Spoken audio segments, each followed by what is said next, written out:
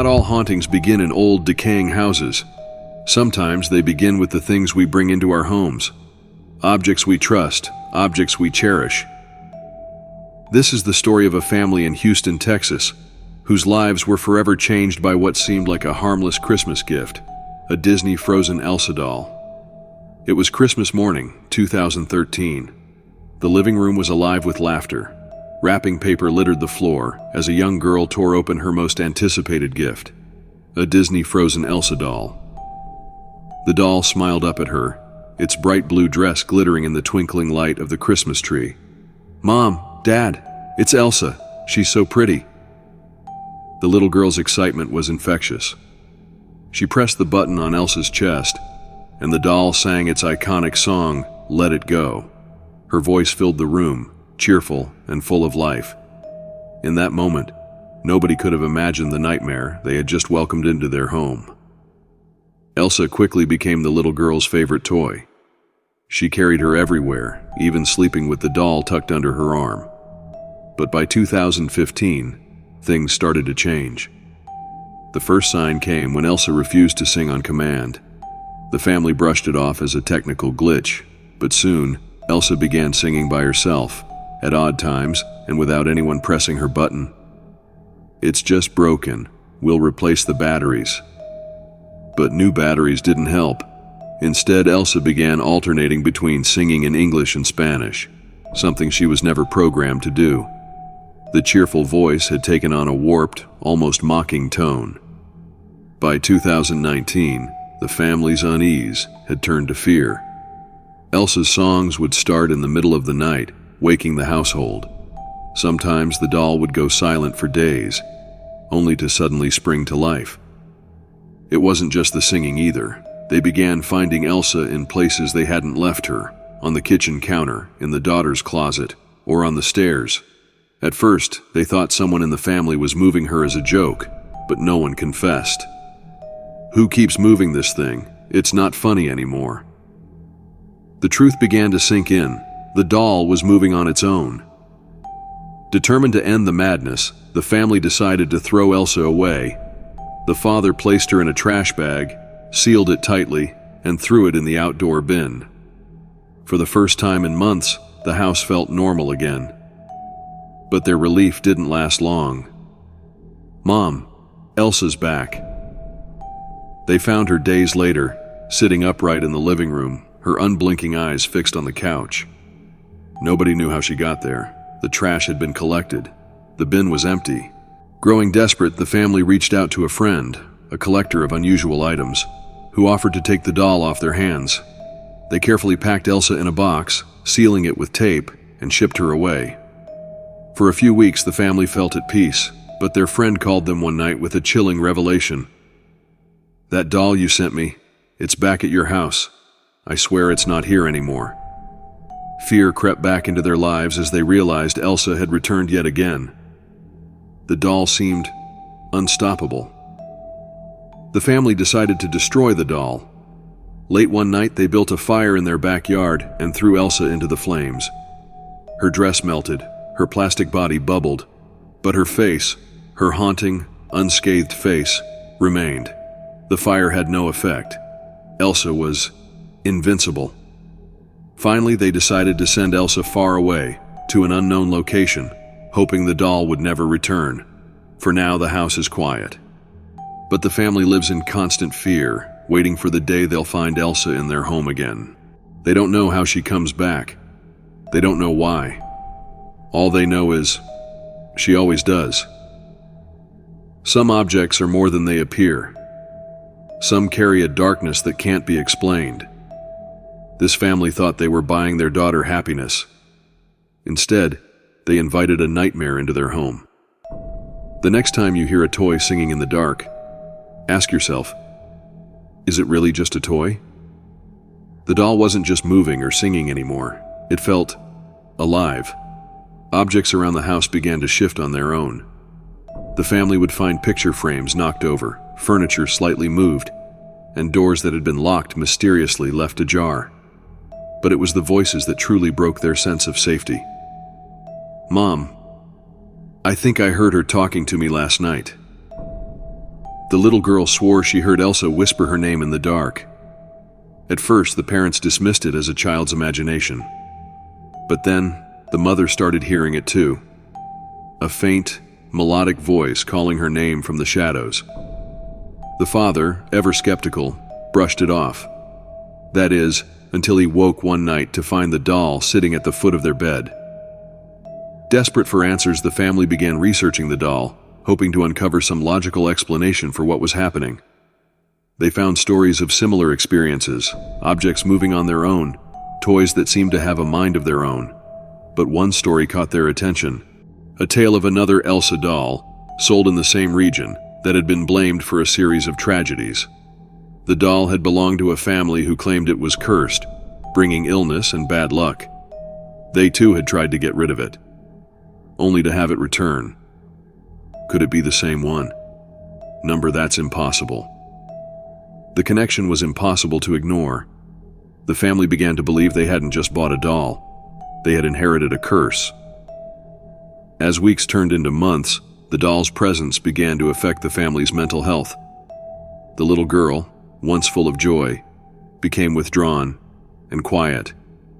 She refused to sleep in her room, terrified of being near Elsa.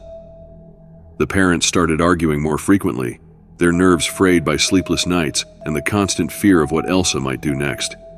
Even the family dog, normally cheerful, began cowering and growling whenever the doll was near. This is tearing us apart. We have to end this, somehow. But how do you fight something you don't understand? How do you stop something that refuses to be destroyed? In their desperation, the family turned to a paranormal expert. A local medium agreed to visit the house, her expression turning grim the moment she stepped inside. The medium claimed the doll carried a dark energy, a presence that was feeding off the family's fear. She performed a cleansing ritual, chanting over the doll and sealing it in a blessed box. For a moment, it seemed like the nightmare was over. Do not open this box. Keep it sealed and take it far away. The family followed her instructions, placing the sealed box in a storage unit miles away. But even that wasn't enough.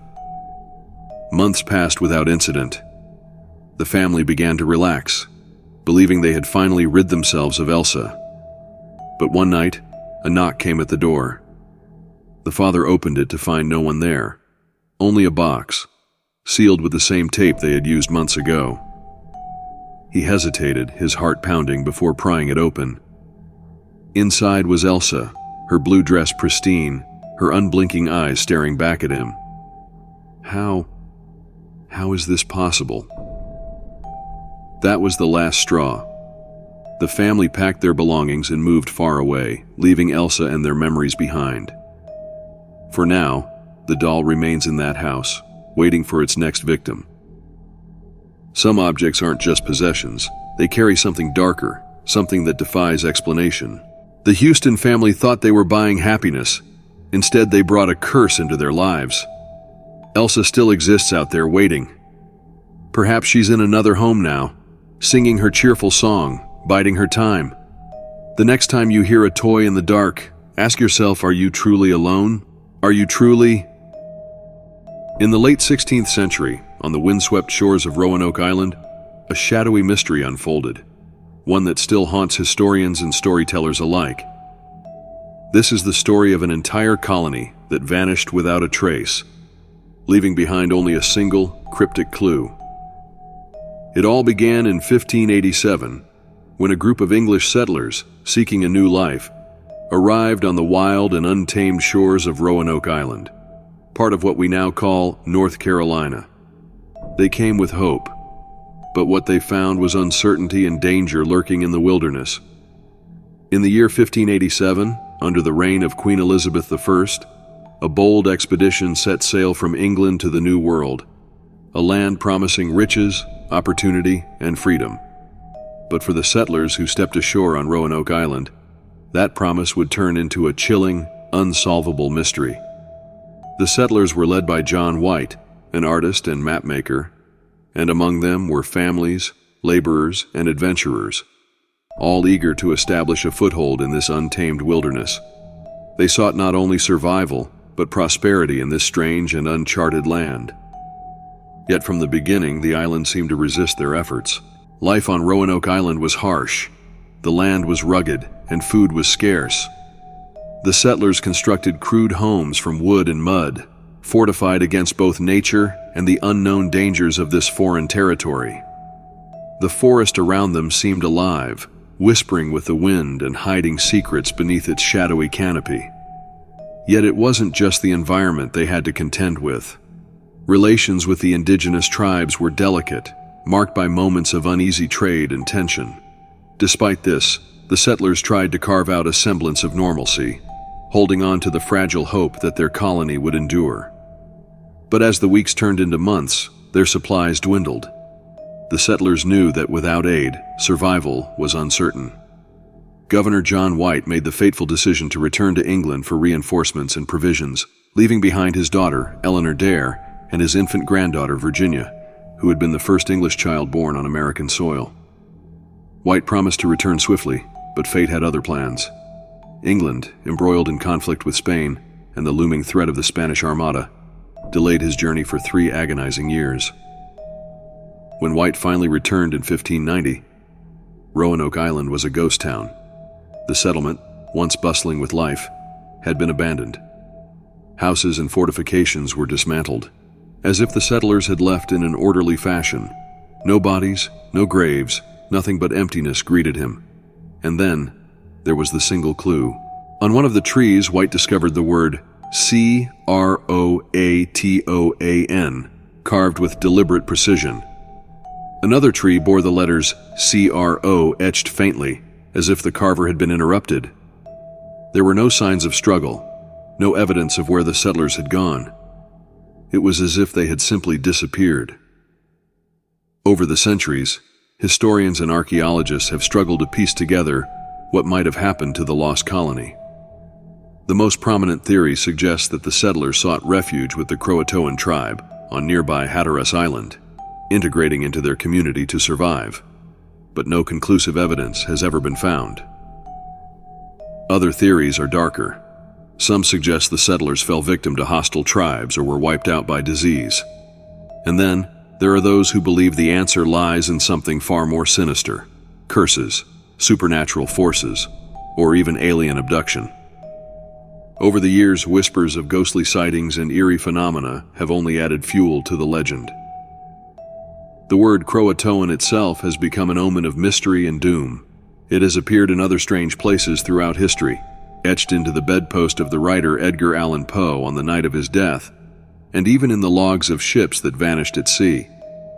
To some, it seems like a warning, or perhaps a message from beyond. Despite modern technology and countless investigations, the fate of the Roanoke settlers remains one of history's greatest unsolved mysteries. In recent years, archaeologists have uncovered artifacts, fragments of pottery, tools, but nothing that definitively answers the question, what happened to the lost colony? Perhaps the answers are hidden in the sands of time, waiting to be discovered. Or perhaps the truth lies beyond our reach, shrouded in the darkness of the unknown. The lost colony of Roanoke remains a haunting story, one that captures the imagination and chills the soul. It serves as a reminder of how fragile human existence can be in the face of the vast, untamed forces of the world and beyond. Even now, standing on the shores of Roanoke Island, one cannot help but feel the weight of its mysterious past. Perhaps the island itself knows the truth. Perhaps it remembers, but it is not telling. And so, the story of Roanoke remains a tale of whispers, a riddle written in the language of the unknown. Where did they go? And why did they leave no trace? We may never know. Over the centuries, Roanoke Island has become a place of pilgrimage, not for faith, but for seekers of the unknown. Writers, historians, and paranormal investigators have walked its shores, searching for answers to a mystery that refuses to be solved. But as they dig deeper, they uncover more questions than truths. Some claim to hear whispers carried on the wind, faint voices calling out from the trees. Others report strange lights in the night sky, or ghostly figures moving along the shoreline. Whether these are tricks of the imagination or remnants of the colony's restless souls, no one can say.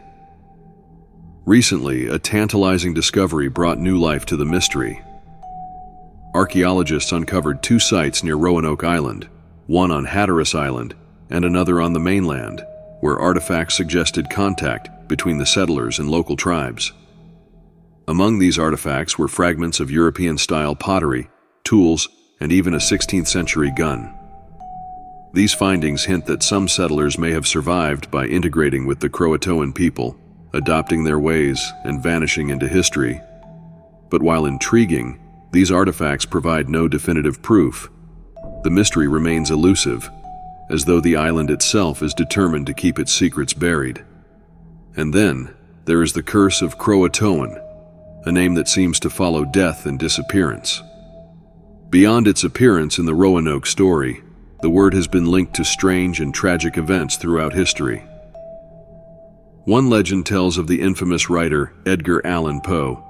Before his mysterious death in 1849, Poe reportedly uttered the word Croatoan.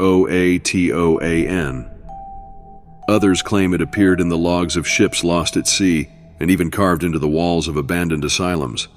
Coincidence, or a pattern? The lost colony of Roanoke has inspired countless tales of horror and speculation. From books to films, its story has been reimagined as a tale of mass abduction, alien encounters, or supernatural curses.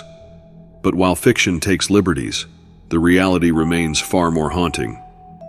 The truth is both simpler and more complex. Over 100 men, women, and children vanished without a trace, leaving behind only a word, a single fragment of their story. What happened to them may never be fully understood, but their legacy continues to grip the imagination of those drawn to the mysteries of the past. Even now, some claim the island is haunted. Visitors report hearing ghostly footsteps, feeling cold spots in the summer heat, or catching glimpses of figures walking the shore at dusk, figures that vanish when approached.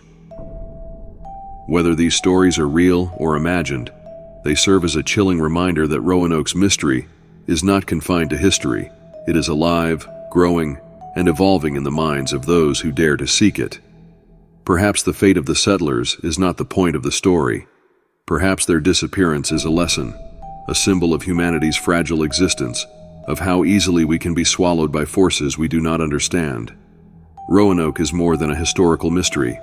It is a mirror held up to the unknown, reflecting our deepest fears and unanswered questions. And so, we leave the story of Roanoke as we found it, an enigma carved into the fabric of history. The settlers are gone, their fate unknown, their voices lost to time. But their mystery remains, haunting us, reminding us of the thin line between what we know and what we can never know. Where did they go? And will their story ever truly end?